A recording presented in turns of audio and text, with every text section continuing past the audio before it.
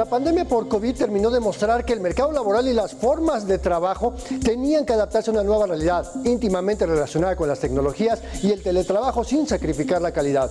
Sin embargo, nos enfrentamos a un mercado muy precario donde prácticamente la mitad de los empleos son informales, son mal pagados y sin prestaciones. Y a esto también tiene que ver con que no sabemos buscar empleo, no sabemos diseñar un buen currículum que pueda ser atractivo para las empresas.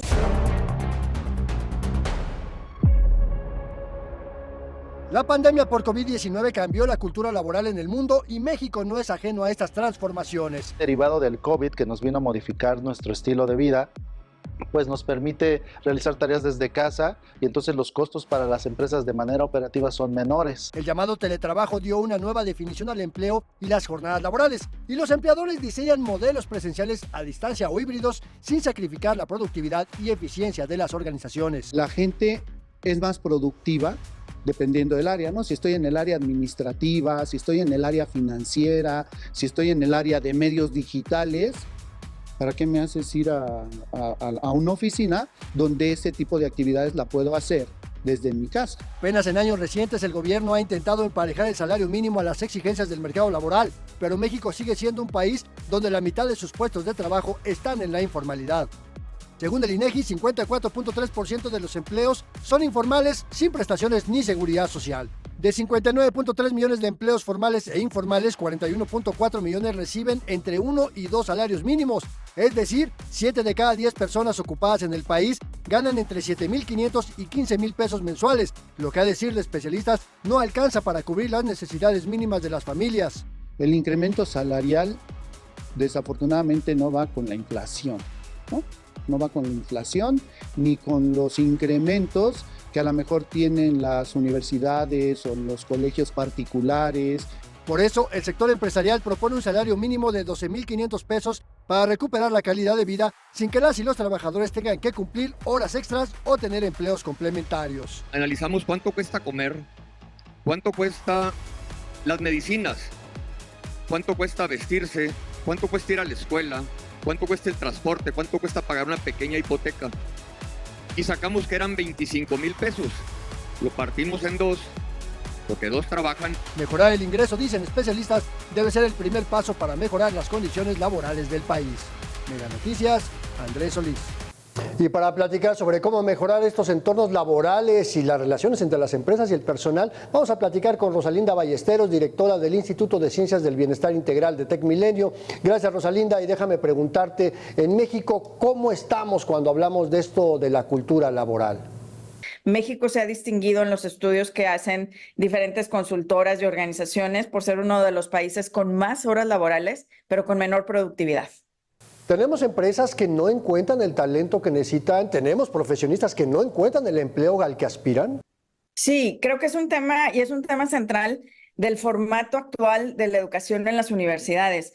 Nosotros nos hemos planteado justamente cómo desarrollar las competencias que la industria necesita y para eso necesitamos acercarnos justamente a organismos como Coparmex o como las mismas empresas para entender cuáles son esas necesidades y cómo hacemos para incluirlas en los programas académicos.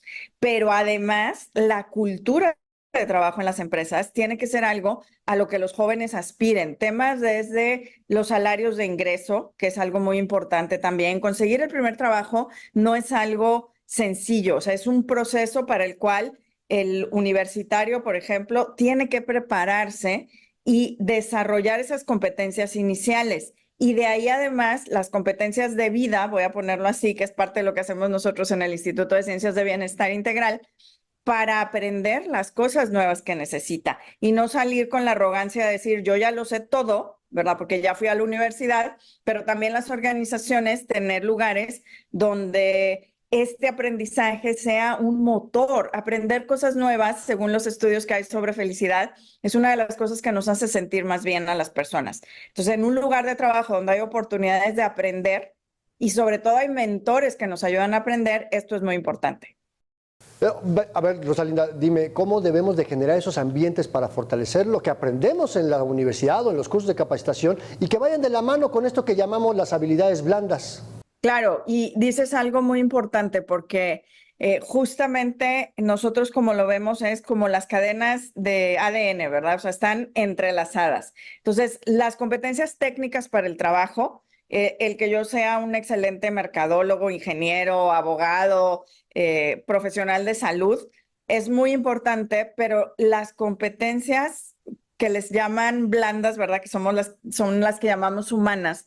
En realidad también son muy importantes porque siempre estamos conviviendo con personas, ya sea por el producto o servicio en el que estamos trabajando o con los equipos de trabajo con los que estamos. Entonces, esta manera de ver entrelazadas las competencias es muy importante y sobre todo en el desarrollo de las competencias humanas, lo que nos permite es ir ampliando nuestra capacidad de aprender cosas nuevas y de tener este desarrollo de carrera. Obviamente aquí estamos hablando del nivel de entrada y esas competencias técnicas pues son más o menos lo que nos guía, pero en el tiempo la mayoría de las personas terminamos trabajando en cosas distintas a las que estudiamos. Oye, en nuestro país, ¿de verdad sabemos buscar trabajo? Fíjate que eso es algo muy interesante. En algún punto, un estudio que hizo en su momento, un cuestionario que se llama Bienestar Autorreportado, hablaba justamente sobre esta relación entre la satisfacción con la vida, es decir, si yo percibo que mi vida es una vida valiosa, y la relación con el trabajo. Las personas que tenemos una actividad laboral remunerada, pasamos la mayor parte de nuestro tiempo pues dedicados a esta actividad. Incluso en el cuestionario que nosotros tenemos, muchas personas declaran que salen demasiado cansadas de su trabajo para realizar otras actividades. Entonces, realmente estamos muy centrados en nuestra actividad laboral. ¿Y qué sucede? El estudio de Gallup, por ejemplo, que nos habla de compromiso laboral, va a poner también a México como uno de los países con menor compromiso. Y tiene que ver con eso que me preguntas. No sabemos en qué queremos trabajar y qué tipo de trabajo es el que nos va a dar la satisfacción, sino que simplemente tomamos el trabajo que hay disponible. Nosotros abogamos mucho en el modelo que tenemos por algo que le llamamos trabajo significativo. Es decir, qué tanto tu trabajo te hace sentir que tu vida trasciende. Muchas gracias, Rosalinda, por la conversación. Y es que en México esta es la realidad del cómo está el mercado laboral. Un reto todavía para que haya suficientes fuentes de empleo. Para mayor información visítenos en meganoticias.mx y síganos en nuestras redes sociodigitales.